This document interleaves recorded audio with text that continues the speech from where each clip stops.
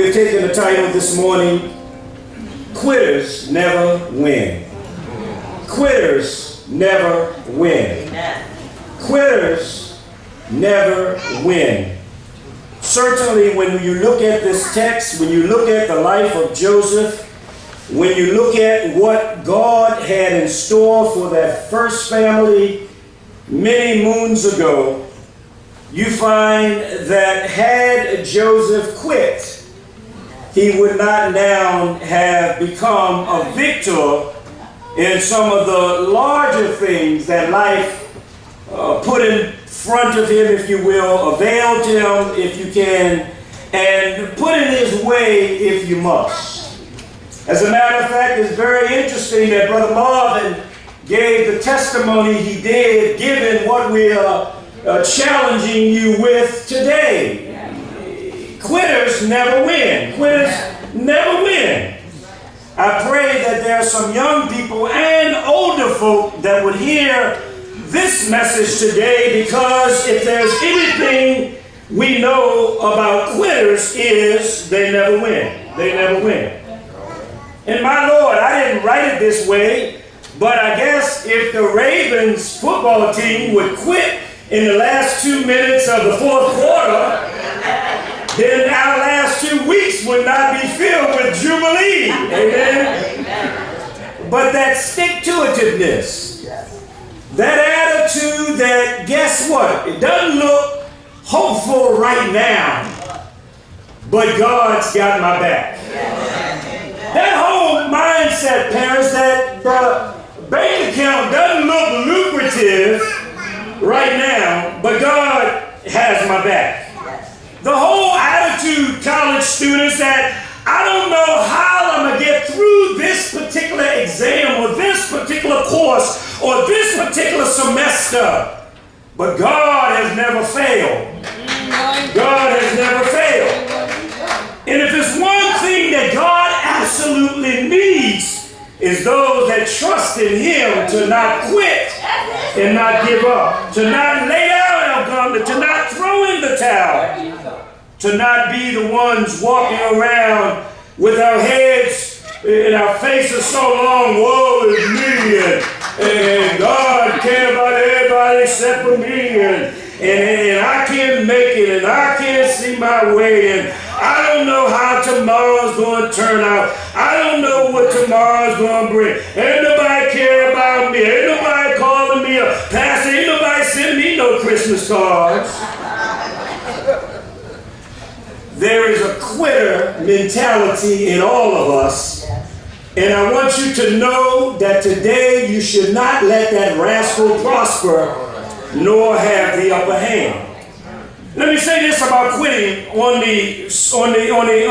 the fore. Quitting is the easiest option you have. Do you hear me? Quitting is the easiest option. People say, I wrangled and I wrestled and I turmoiled before I quit. No, you didn't. You had it in the back of your mind that quitting was an option, and that was the easy street you could take. Quitting is always easy. All it takes is you not showing up. Huh? People think you quit, you gotta write a long letter, you gotta tell people why, you gotta go through all these postures and this, that, and another. I dare you just quit and not show up. People will be looking for you. And watch this, even people that might know you say, I know she didn't quit. Is it possible? Even this morning as I arrived late, somebody might have thought it in mind. I know he didn't quit. Look, I don't see the truck out there in the usual spot. Quitting is easy because it takes the least amount of effort from any of us. Quitting is easy because it really doesn't take a lot of forethought. As a matter of fact, when you quit, you don't care how it's going to turn out after you're gone. When you quit, you don't care how they're going to get along after you've done what you're going to do. When you quit, you don't really care much about the future. All you know in your mind is, I won't be a part of the thing that is now turmoil or wrestling with you or wrestling with your mind. Watch this. Because quitting is so easy, it's so easy to understand why many choose that as the avenue to take. Quitting doesn't take a lot of effort. Quitting doesn't take a lot of thought and a lot of wrangling in your mind. Quitting doesn't really take a lot of afterthought, if you will. All you have to do is say in your heart and say in your mind, I give up. All you have to do is say in your spirit, no more. All you really have to do to quit is to stop showing up or existing in the situation or in the circumstance that is before you.